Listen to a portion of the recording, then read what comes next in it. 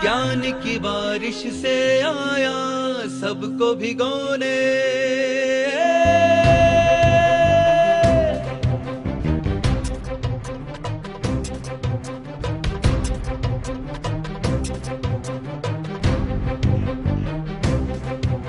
ये साधना क्या है? मन की मौत, मन की उपेक्षा करना। मन कहता है चलो भोजन करें, मन कहता है पिक्चर देखो, मन कहता है दोस्त को मिलो, मन कहता है बाजार जाओ। तो जैसा जैसा मन करता हम वैसा वैसा मन के पीछे लगते रहते हैं। तो मालिक कौन हुआ? मन। तो मालिक कौन है? आत्मा। तो आत्मा को हमने गौण कर दिया, मालिक कौन बन गया? मन। जिस फैक्ट्री का मालिक मैनेजर बन जाए और मैनेजर मालिक बन जाए तो क्या फैक्ट्री का क्या हाल होगा? और मालिक आगे खड़ा हो जाए बस तो फैक्ट्री चलती है कि नहीं? मैनेजर को पता लग गया मालिक आ गया। ऐसे ही आत्मा का केवल जानकारी करना, जानना ही मन की मौत हो जाती है। तो ये सारी साधना मन की मौत की है। विचार आएंगे, बहुत आएंगे, आप देखते रहो। क्या विचार आए? एक शब्द आया कुत्ता। कुत्ता कहते ही आपको अपने घर की मित्र की याद आ गई। मैं उसके मित्र के घर गया था, उसका कुत्ता था, कुत्ता कैसा था। फिर उसके घर के अंदर गए, घर कैसा था, डाइनिंग टेबल कैसा था, उसकी पत्नी कैसी थी, उसका मित्र कैसा था। फिर भोजन खाया था, भोजन खाने में कितनी वैरायटी थी, उसमें रसगुल्ला भी था, खीर भी थी, जलेबी भी थी, कचौरी भी थी। फिर आगे आके टीवी, कितना विचार आए। एक शब्द कुत्ता कहते ही कितना विचार। ये मन की आदत है, एक एक एक एक करके। तो जरूरत नहीं, हम क्या करेंगे? शब्द आया कुत्ता, बस ठीक है, आगे बढ़ाएंगे नहीं। अब आत्मा का स्वभाव है मात्र दृष्टा और ज्ञाता। ये आत्मा का निज गुण है। ये साधना ज्ञाता दृष्टा अपने स्वभाव में आने की। आपका स्वभाव क्या? देखो, शरीर और आत्मा अलग अलग है। हमने शरीर को आत्मा मान लिया, ये सबसे बड़ी हमारी भूल है। बचपन में नाम दे दिया आपको, कोई भी नाम दे दिया, हमने उसको अपना मान लिया। ये सबसे, शरीर का नाम है, आत्मा का नाम नहीं है। तुम आत्मा हो और माता ने जन्म दिया, शरीर का जन्म हुआ, तुम माता नहीं हो, क्योंकि आत्मा का जन्म ही नहीं होता। आत्मा का कोई पिता नहीं, आत्मा की मां नहीं। तो शरीर का जन्म होता है, शरीर की मौत होती है। तुम शरीर की माता हो, तुम शरीर के पिता हो। तो ये याद करने की, घर में जाके घर में नहीं कह देना तुम मेरे पिता नहीं, मैं तुम्हारी मां नहीं, तुम्हारी पत्नी नहीं। फिर कहेंगे कहाँ जाके आए, सब गड़बड़ कर दिया। ये समझने की बात है, अंडरस्टैंड करने। तुम रहोगे घर में पर अंदर से समझो, क्योंकि आत्मा जब गर्भ में प्रवेश करके 9 महीने शरीर बनता है धीरे धीरे, तो शरीर ही बाहर आता है। माता पिता उसको बेटा कहते हैं, नाम दे देते हैं, कोई नाम दे दो, कोई नाम दे दिया, उसको अपना मान लिया और जिंदगी भर उस नाम के पीछे हम चले जाते। रेखा, सुरेखा, कोई भी नाम है तो उसको जिंदगी भर हम याद रखते हैं। ठीक है, नाम तो एक सुविधा के लिए रखा गया, अरे नाम ही सब कुछ है तो फिर जिंदगी का मतलब ही क्या हो? नाम रहेगा, तुम घर में पत्नी की तरह रहोगी, बेटी की तरह रहोगी, पति की तरह, पर वो तुम वो नहीं हो, तुम केवल आत्मा। अब इसके बजाय क्या करना है? आत्मा, आत्मा, आत्मा को याद करना है, चिंतन करना है, शरीर के भीतर चेतना है। अब बात यह है कि शरीर को तो तुम देख सकते हो, आत्मा को देख ही नहीं सकते। आत्मा का रंग नहीं, रूप नहीं, वर्ण नहीं, गंध नहीं, रस नहीं, स्पर्श नहीं। आत्मा खाती नहीं, पीती नहीं, सोती नहीं, कुछ भी आत्मा करती नहीं। फिर तुमने आत्मा को महत्व क्यों दिया? शरीर को महत्व क्यों दिया? शरीर को महत्व इसलिए हमें पता ही नहीं। अब ये जैसे आपका हाथ ऐसे है तो अब ऐसे करना है, दृष्टि बदलनी है। मैं शरीर हूं, ये असत्य है। जीवन का सबसे बड़ा असत्य है मैं शरीर हूं। अकेला शरीर नहीं, शरीर के साथ हमारी 5 इंद्रियां, मन वचन काया, बुद्धि, संस्कार, फिर माता पिता, फिर पति पत्नी, फिर भाई बहन, फिर बेटा बेटी, फिर सारा संसार। ये किसका सारा संसार है? शरीर का ही है ना। जो कुछ तुम कर रहे हो किसके लिए कर रहे हो? शरीर के लिए कर रहे हो। शरीर तुम हो, जो हो आत्मा, उसको भूल गए। आत्मा है तो शरीर की कीमत है। आज आपका चेहरा बड़ा सुंदर है, पीछे आत्म तत्व है तो नहीं। वही चेहरा जब बुढ़ापा आता है तो चेहरा ठीक नहीं रहता, मुड़ा जाता है। तो शरीर को बुढ़ापा आता, आत्मा को बुढ़ापा नहीं आता। तो शरीर अलग है, आत्मा अलग है। आत्मा के गुणधर्म अलग हैं, शरीर के गुणधर्म अलग हैं। तो आत्मा का गुणधर्म क्या है? ज्ञाता, दृष्टा, जानना और देखना। आत्मा में 8 गुण हैं, 8 गुण। अनंत ज्ञान, अनंत दर्शन, अनंत सुख, अनंत शक्ति, क्षायक संकट, अटल अवगाहना, अमूर्तपना, अमूर्त। वो गुण मेरे भीतर भी है और आपके भीतर भी है। पर हम सुख कहाँ ढूंढ रहे हैं? बाहर ढूंढ रहे हैं। सुख तो भीतर है, हम ढूंढ रहे हैं बाहर। क्या सुख भोजन में, उपवास में सुख नहीं है?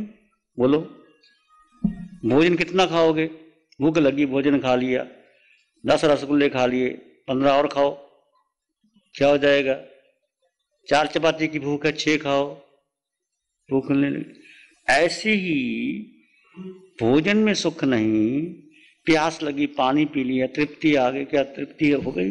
फिर पानी की सुख आपके भीतर है। ये समझने की बात है। इसको हमने ये आपको जो 2 दिन का प्रयोग है, आप अनुभव करोगे कि जब आप शांत बैठे, सुख भीतर से प्रकट होगा,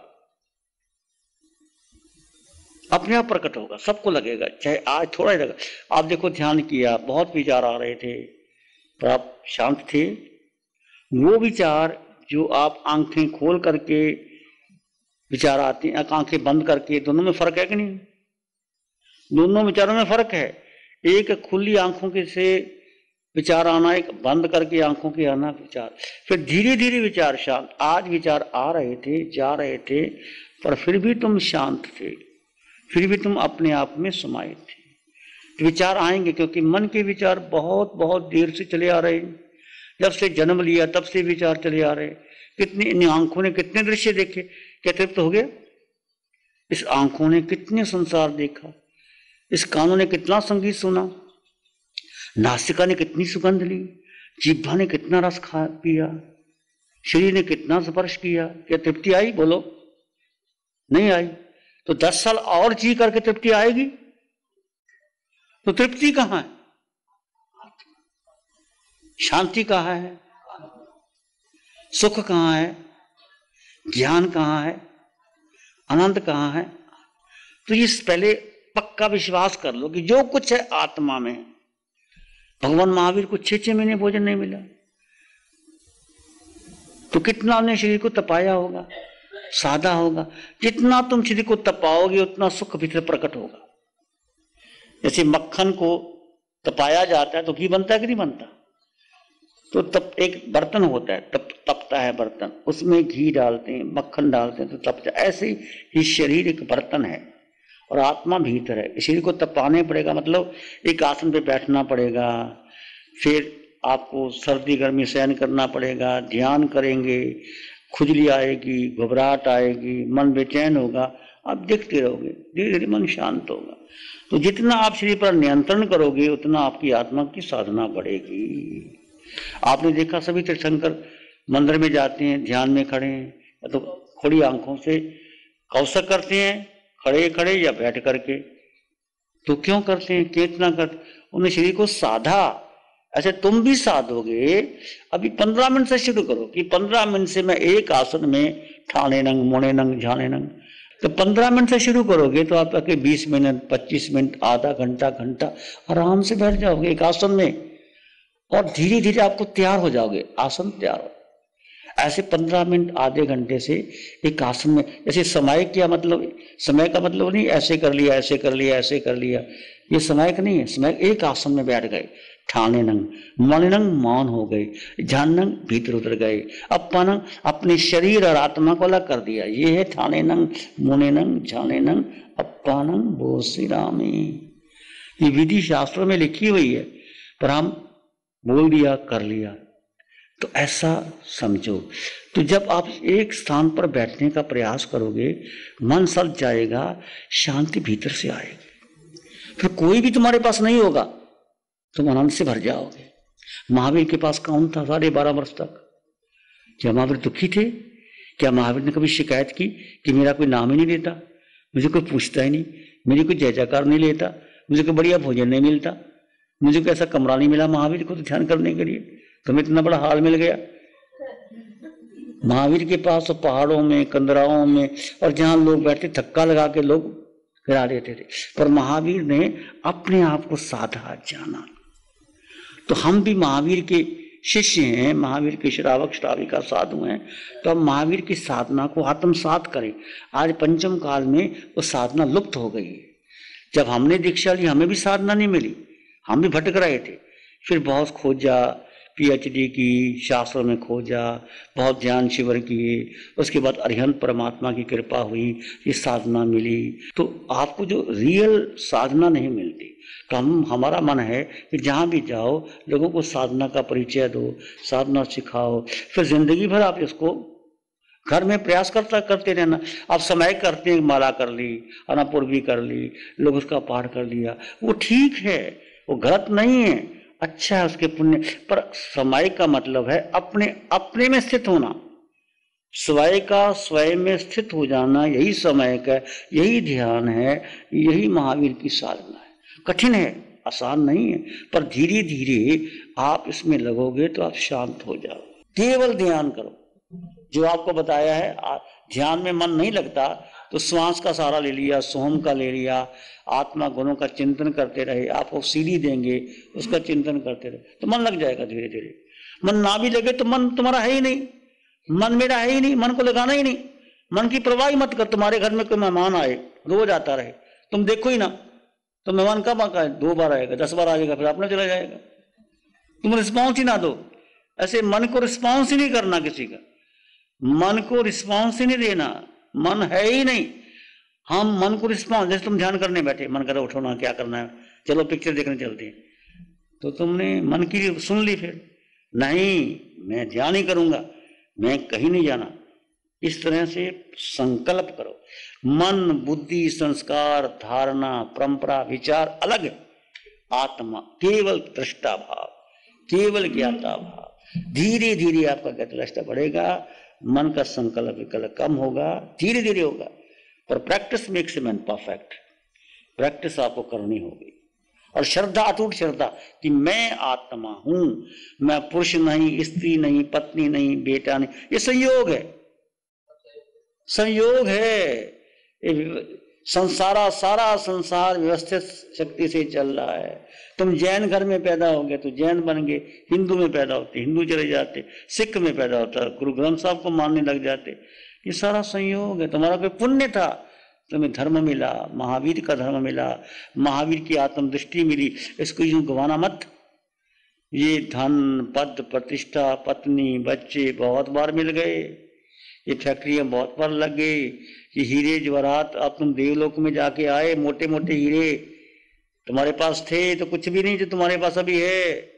आत्म हीरा सबसे बढ़िया, उसको ग्रहण करो। प्यारी गुरुवाणी है, बड़ी ही सुहानी। सबसे पहले मैं सच बोलूँ तो आपको मैंने आर्यन चैनल पे देखा था मेरे साथ, जब आपका व्याख्यान चलता था तो आप ध्यान के बारे में ही बोलते थे, जितना भी आपका व्याख्यान टोटल ध्यान पे ही था। उसके बाद मैंने सोचा कि एक बार तो कुछ भी हो जाए, ये ध्यान के बारे में मेरे को कुछ सीखना है। फिर मैं सूरत दर्शन करना है महाराज साहब आपके, तो महाराज साहब पता नहीं मेरी पुण्यवानी होगी, इसलिए मेरे को 4 दिन का उसमें योग मिल गया। उस टाइम पे जो आलोचना हुई थी महाराज साहब, मैं बता नहीं सकती हूँ। अभी भी मेरा दिल अभी भी रो ही रहा है, जो आलोचना अभी भी, मतलब मेरा सब कुछ रिवाइज हुआ है। प्यारी गुरुवाणी है, बड़ी ही सुहानी है। आंखें बंद कर लें। मन वचन काया शांत, शरीर शांत, विचार शांत, सृष्टि शांत, वातावरण शांत, हर दिशा, हर किनारा शांत शांत शांत।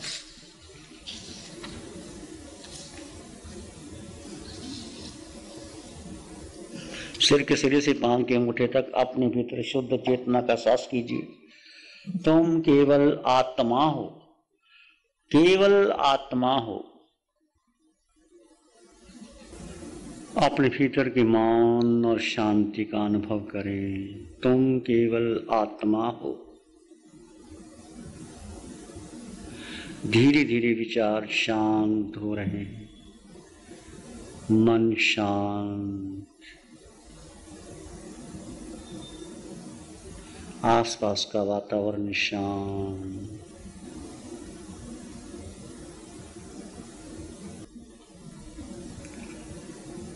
मैं आत्मा हूं, मैं ही सत्य हूं, शाश्वत सत्य हूं, त्रिकाल सत्य हूं, तीनों लोकों में मेरा अस्तित्व है।